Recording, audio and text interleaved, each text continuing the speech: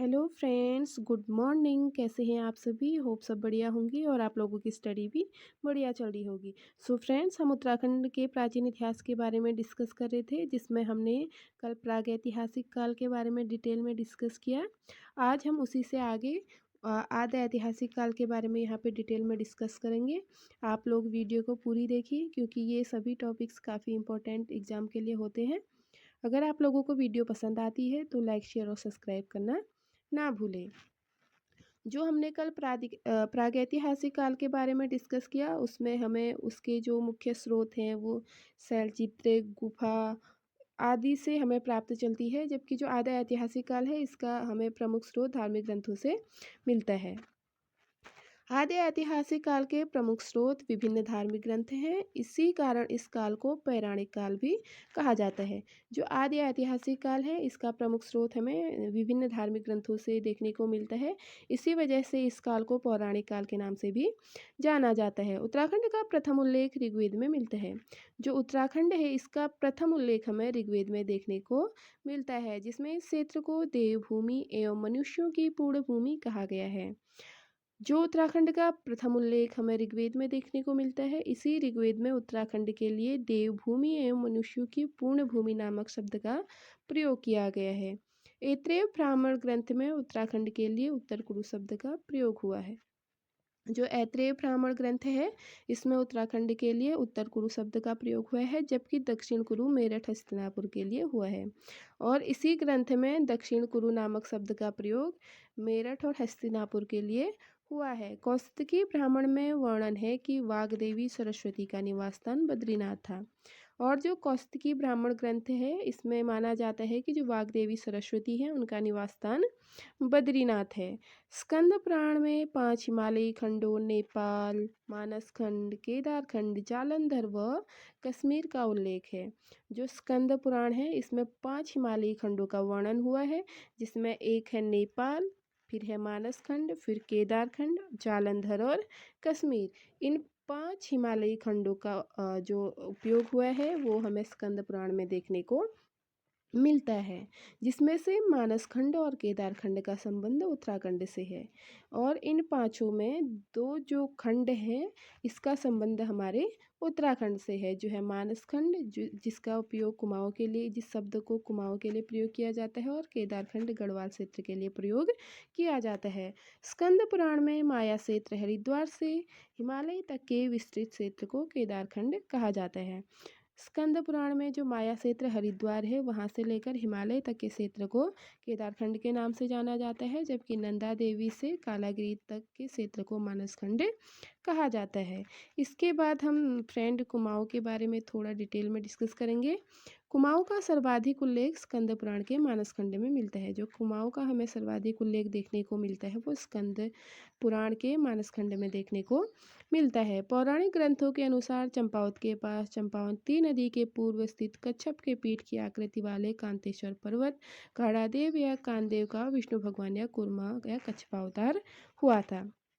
देखिए, इसके अनुसार पौराणिक ग्रंथों में ही हमें देखने को मिलता है कि जो चंपावत के पास चंपावती नदी बहती है उसके पूर्व में स्थित कच्छप के पीठ की आकृति वाले कांतेश्वर पर्वत, एक कांतेश्वर पर्वत है जिसका आकार कच्छप के पीठ की तरह है। इसी में कौड़देव कांदेव भगवान विष्णु का इसमें कच्छपावतार माना जाता है। कालांतर में इस पर्वत के नाम पर मानस खंड के इस क्षेत्र को कूर्मांचल, संस्कृत शब्द, जो कूर्मांचल है ये है संस्कृत शब्द। पुराने समय में कालांतर में बहुत पहले इस पर्वत के लिए मानस खंड में कूर्मांचल शब्द का प्रयोग हुआ है, जो धीरे धीरे आगे चल के प्राकृत में इसको कुमू कहा जाने लगा और हिंदी में इसी शब्द को कुमाऊं के नाम से जाना जाने लगा। लेकिन प्राचीन में इसको कूर्मांचल कहा जाता था, जो एक संस्कृत शब्द से प्रयुक्त हुआ था। ब्रह्म एवं वायु पुराण के अनुसार यहाँ किरात, किन्नर, यक्ष, गंधर्व, विद्याधर, नाग आदि जनजातियाँ निवास करती थी। ब्रह्म और वायु पुराण में हमें देखने को मिलता है कि इस क्षेत्र में किरात, किन्नर, यक्ष, गंधर्व और विद्याधर, नाग आदि जनजातियां भी निवास करती थी। जाखन देवी मंदिर अल्मोड़ा का अस्तित्व अत्यंत प्राचीन काल में इस क्षेत्र में यक्षों के निवास की पुष्टि करता है। जो जाखन देवी मंदिर है हमारा अल्मोड़ा में, इसमें हमें देखने को मिलता है कि जो यक्ष लोग थे उन्होंने भी यहाँ पे निवास किया था। कुमाऊँ क्षेत्र में बीनाग, बेनी नाग, धौली नाग, काली नाग, पिंगल नाग, खरहरी नाग, बासुकी नाग आदि नाग देवताओं के मंदिरों की उपस्थिति प्राचीन काल में नाग जाति के लोगों के निवास करने को हमें प्रमाणित करते हैं। देखिए, जो कुमाऊँ क्षेत्र है इसमें हमें ये देखने को भी मिलता है कि जो नाग वंश था उन्होंने भी इस क्षेत्र में निवास किया था। और इन सभी मंदिरों में जो प्रमुख जो सबसे सर्वश्रेष्ठ नाग मंदिर माने जाते हैं, जो प्रसिद्ध नाग मंदिर माने जाते हैं, वो पिथौरागढ़ में स्थित बीनाग या बेनी नाग मंदिर माने जाते हैं। अपने स्वतंत्र भाषाई अस्तित्व मुंडा भाषा के साथ किरातों के वंशज आज भी कुमाऊं के अस्कोट एवं डीडीहार नामक स्थान पर निवास करते हैं। हमें ये भी देखने को मिलता है कि जो कुमाऊं क्षेत्र है इसमें किरात वंशों का भी क्या था, आधिपत्य था। किरात वंशों ने भी यहाँ पे निवास किया था। ये हमें कहाँ से देखने को मिलता है, जो हमारा किरात वंश है वो आज भी अपने स्वतंत्र भाषा जो इनकी भाषा है मुंडा भाषा, उसके साथ अस्कोट और डीडीहार नामक स्थान पर ये देखने को मिलते हैं। कुमाऊं में खस जाति का उल्लेख भी मिलता है। जो कुमाऊं क्षेत्र है इसमें खस जाति का उल्लेख भी मिलता है। और जो खस लोग थे वो बौद्ध धर्म का प्रचार प्रसार अधिक करते थे।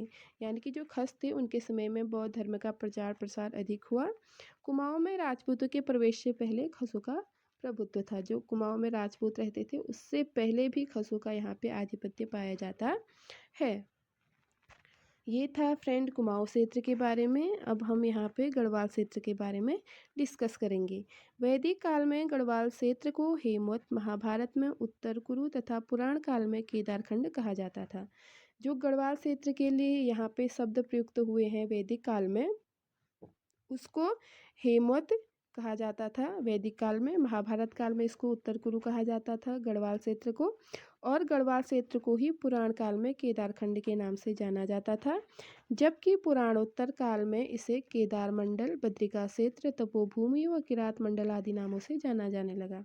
और पुराणोत्तर काल में फिर इसी गढ़वाल क्षेत्र का नाम केदार मंडल, बद्रिका क्षेत्र, तपोभूमि व किरात मंडल पड़ा।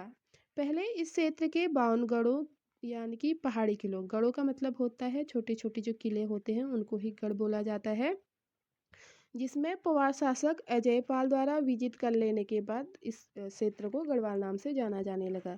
जो छोटे छोटे 52 गढ़ थे उसको पवार राजा अजयपाल ने जीता था। और फिर इसी 52 गढ़ों को गढ़वाल के नाम से जाना जाने लगा। ऋग्वेद के अनुसार प्रलय के बाद इस क्षेत्र में प्राणों की रक्षा के लिए सप्त ऋषियों ने अपने प्राण बचाए थे। जो ऋग्वेद है उसमें ये माना जाता है कि जो प्रलय हुआ था उसके बाद प्राणाग्राम में एक गांव है प्राणाग्राम, इसी गांव में सप्तऋषियों ने अपने प्राणों की रक्षा की थी।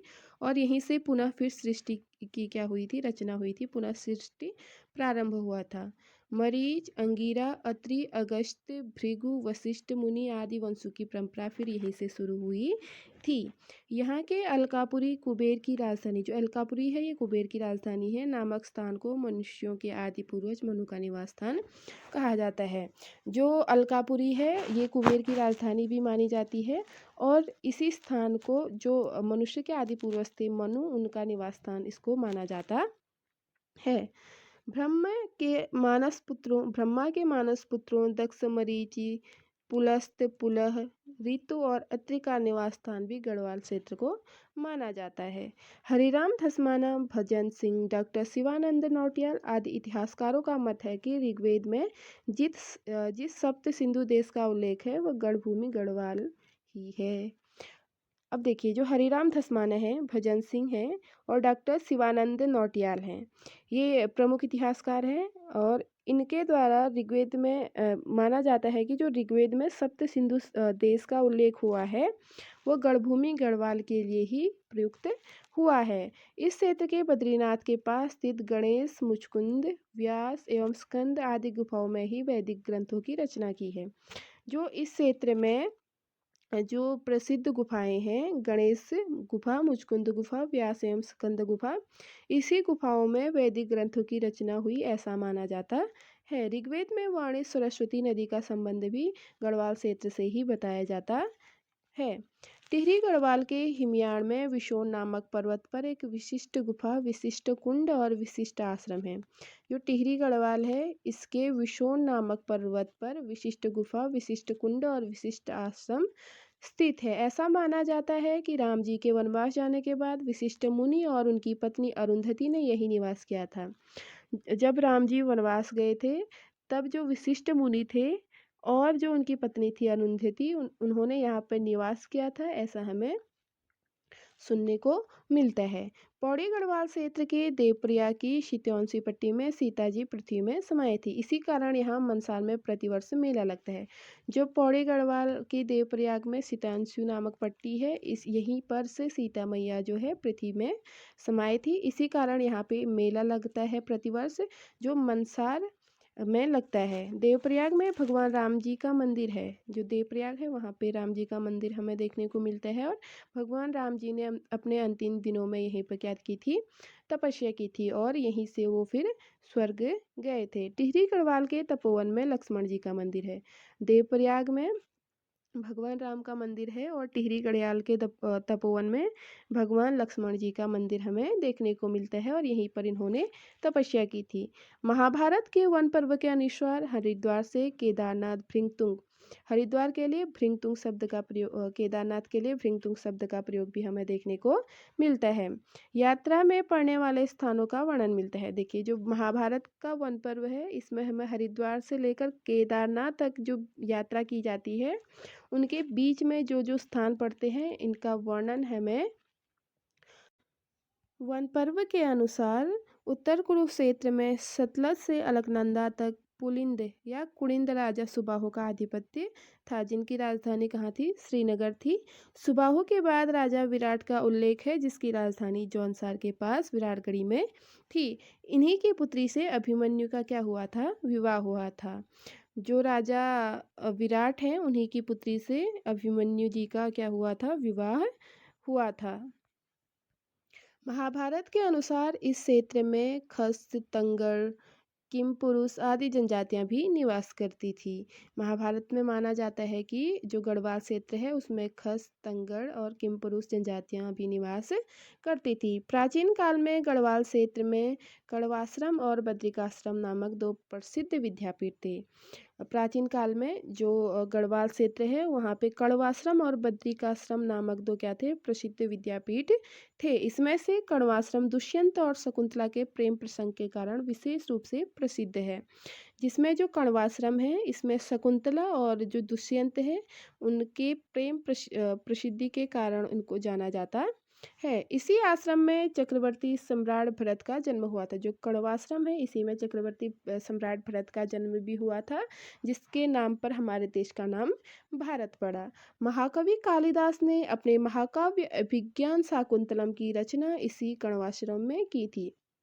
जो महाकवि कालिदास हैं, उन्होंने जो अभिज्ञान शाकुंतलम की रचना की थी, वो भी इसी कण्वाश्रम में की थी। कण्वाश्रम मालिनी नदी के तट पर स्थित है। जो कण्वाश्रम है, यहाँ से एक नदी बहती है, मालिनी नदी, और कण्वाश्रम उसी मालिनी नदी के तट पर स्थित है। इस स्थान को अब वर्तमान में चौका घाट के नाम से जाना जाता है।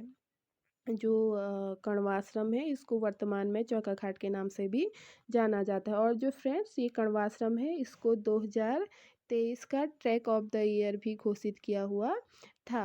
ये 1-2 साल के पुराने करंट अफेयर भी आजकल एग्जाम में पूछे जाते हैं, तो आप लोगों को इसको भी याद रखना है। कण्वाश्रम को 2023 में ट्रैक ऑफ द ईयर भी क्या किया था, घोषित किया था।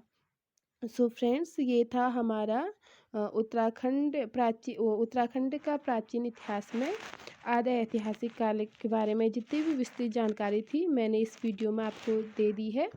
अगर कोई भी टॉपिक छूट जाता है, तो इसके बाद लास्ट में हम देख लेंगे। वैसे सभी टॉपिक्स इसमें कवर किए हुए हैं। अगर आप लोगों को वीडियो पसंद आती है, सो प्लीज़ वीडियो को लाइक, शेयर और सब्सक्राइब करना ना भूलें। Thank you so much for watching. Bye bye.